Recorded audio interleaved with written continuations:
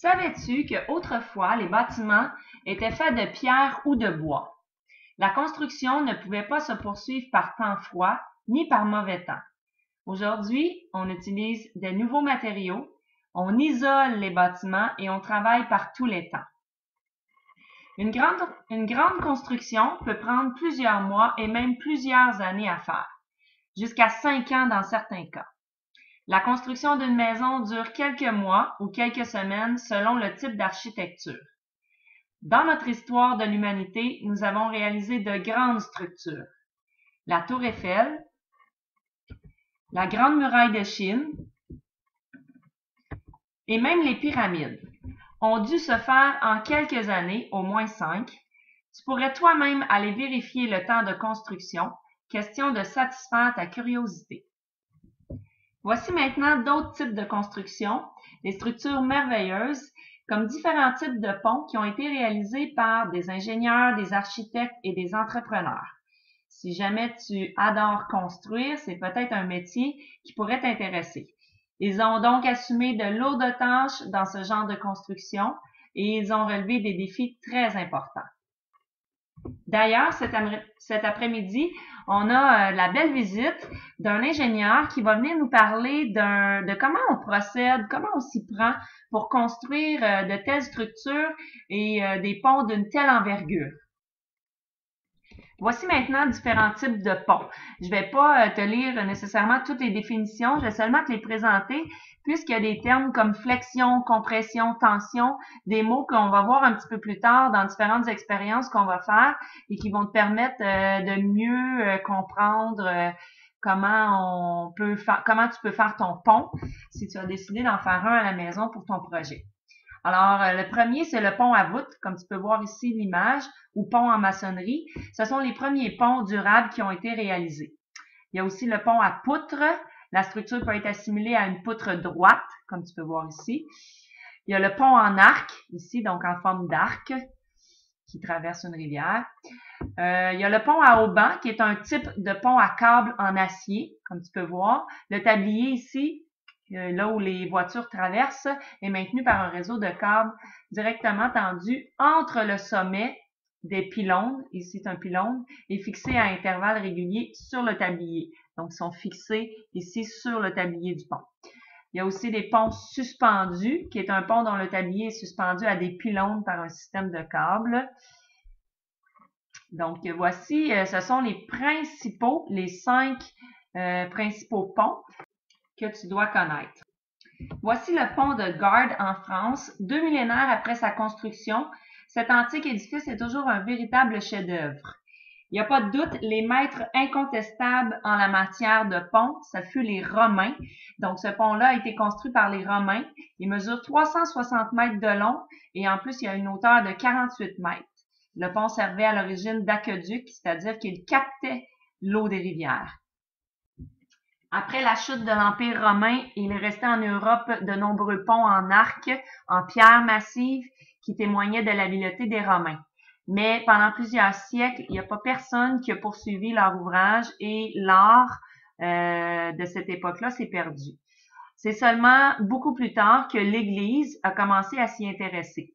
L'histoire des ponts modernes commença avec le remplacement des arcs en demi-cercle, comme tu peux voir ici, par des formes plus elliptiques, en forme d'ellipse, comme le pont de la Concorde à Paris.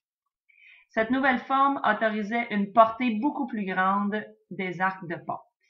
Avec l'invention de l'acier au 18e siècle, le bois et la pierre ne constituaient plus les seuls matériaux et les premiers ponts métalliques sont apparus, comme le pont de Londres au-dessus de la Tamise, et les ponts d'acier sont devenus le symbole de la modernité. C'était beaucoup plus moderne maintenant et certains sont devenus même de réels chefs-d'œuvre de leur époque.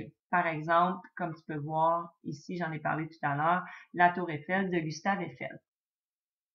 D'après toi, comment ont-ils pu penser à tout au moment de ces grandes constructions? Pourrait-on connaître le besoin à l'époque de toutes ces grandes constructions? Qu'est-ce qui a fait en sorte que on a pensé à construire de telles constructions selon toi? Je te laisse quelques minutes pour y penser ou pour en discuter avec ton enseignante. Alors, comme tu l'as probablement deviné, parmi les obstacles naturels auxquels se heurtaient les routes d'autrefois, l'un des plus fréquents et des plus insurmontables était évidemment les cours d'eau. Pendant de longs siècles, les gens ont franchi grâce à des gués ou à des bacs, même si cela rallongeait souvent leur chemin. Les ponts étaient rares car leur construction était tout un art et aussi très difficile à construire. Voici les premiers ponts qui consistaient en de simples troncs d'arbres abattus et qu'on a jetés entre les deux rives de la rivière. Puis ensuite, sont arrivés les pontons et les ponts en corde, essentiellement en Amérique et en Asie. Et c'est d'ailleurs ce qui a éveillé la curiosité des Européens. Ces ponts de corde se rencontraient encore assez fréquemment au dernier siècle. La construction de ponts est donc devenue indispensable pour franchir de nouvelles voies de communication qui étaient infranchissables de manière simple ou dangereuse pour les usagers. Donc, il est assez courant de voir qu'un pont peut supporter une route, même une voie ferrée, un canal ou une canalisation, comme des oléoducs et des aqueducs. Alors, si tu as voyagé un peu au Canada ou ailleurs dans le monde, tu vas peut-être reconnaître les différents types de ponts que je vais te montrer, des ponts connus que je vais te montrer dans les prochaines diapositives. Alors, voici le pont de la Confédération qui se trouve entre le Nouveau-Brunswick et l'île du Prince-Édouard. Donc, il relie les deux provinces, le Nouveau-Brunswick et l'île du Prince-Édouard. Il s'étend, il y a une longueur de 13 km et il est fait de béton. C'est le plus long pont à travée continu au monde au-dessus d'eau de mer chargée de glace. Alors, le pont de la Confédération. Voici le Tower Bridge de Londres. Le Tower Bridge est un pont basculant. Il est célèbre dans le monde entier parce qu'il a une architecture très particulière. Il est composé de deux grandes tours, d'une suspension rigide, d'un tablier qui s'ouvre au passage des navires les plus hauts. Puis, au haut ici, tu peux apercevoir une passerelle au sommet ici où les gens peuvent tout simplement marcher. Le viaduc de Millau, qui est un exemple de pont suspendu à Auban, est situé en France et constitue le plus haut pont au monde. Puis, il a été terminé en 2004. Le pont de Garde, comme je t'ai présenté tout à l'heure, donc c'est un pont aqueduc romain à 3 niveaux qui est en France, qui a été construit il y a 2000 ans. C'est un très bel exemple de pont à arc.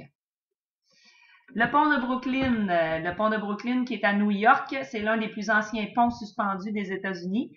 En 1884, ici on a démontré la sûreté du pont tout en faisant de la publicité pour son célèbre cirque, en y faisant défiler les 21 éléphants de son cirque. Voici 4 types de ponts que tu as vus tout à l'heure, mais en image cette fois-ci, donc le pont suspendu à Auban, le pont à arc et le pont à poutre, comme on peut en apercevoir plusieurs ici au Québec. Parlant du Québec, tu reconnais sûrement ce pont-ci qui est situé tout près de la Ronde, donc c'est le pont Jacques-Cartier à Montréal. Voici le pont La Violette qui traverse le fleuve Saint-Laurent pour rejoindre la ville de Trois-Rivières. Voici le pont de Québec qui est encore considéré aujourd'hui comme une œuvre majeure d'ingénierie, construit d'acier et de rivets. Ici, c'est le pont Curie-Marchand de Drummondville. Donc, à l'origine, en 1888, ce pont en était un à péage. C'est-à-dire que ça en coûtait 10 sous par véhicule qui était traîné par un cheval ou un bœuf, 15 sous par véhicule tiré par 2 chevaux ou 2 bœufs, ou encore 2 sous tout simplement pour traverser pour un piéton qui voulait le traverser. Voici le pont couvert de Brigham. Ce pont, encore en service aujourd'hui, permet de traverser la rivière Yamaska et il a été construit en 1932. Alors voilà, j'espère que cette petite capsule va t'avoir permis d'en savoir un peu plus sur les ponts. Tu auras la chance de répondre à certaines de tes questions au cours du projet, au cours des prochaines semaines. Alors, la problématique. Tu as reçu la semaine dernière une feuille t'indiquant que tu avais soit un examen à réaliser ou encore un pont que tu peux réaliser à la maison. Alors, à ton choix, si tu décides de réaliser un pont, les règlements que tu connais déjà, c'est que tu dois savoir que la distance entre les deux rives est de 35 à 40 cm. Je ne te mentionnais pas, si je me souviens bien dans la lettre, que la largeur du tablier devait être de 5 cm au minimum. Alors, comme je ne te l'ai pas mentionné dans la lettre, je ne vais pas te pénaliser pour ça, sauf que idéalement, tu peux prendre une largeur d'au moins 5 cm. Le matériel permis consiste en des bâtons de popsicle, de la colle chaude en bâton, ainsi qu'un fusil à colle chaude. Tu te demandes peut-être comment on va s'y prendre pour tester la solidité de ton pont. Alors, c'est pas exactement de cette façon-là, mais c'est un peu comme ça. Donc, on va tester la solidité du pont grâce à des briques et une chaîne et un bac de récupération qu'on va suspendre ici, qu'on va appliquer. Donc, on va appliquer vraiment la charge sur le tablier du pont. Et si ton pont résiste, bien, c'est tout simplement parce qu'il était très solide. Donc, en voici différentes réalisations surprenantes pour te donner une petite idée de comment tu pourrais t'y prendre. Évidemment, dans les prochains cours, tu vas en apprendre plus sur la tension, la compression et la forme des figures que tu peux utiliser qui vont former ton pont pour que ton pont soit plus rigide, plus solide et puis qu'il puisse réussir le test de solidité. Alors voilà, n'oublie pas que ton pont doit être apporté en classe le 20 novembre, la journée avant la rencontre de parents pour le bulletin.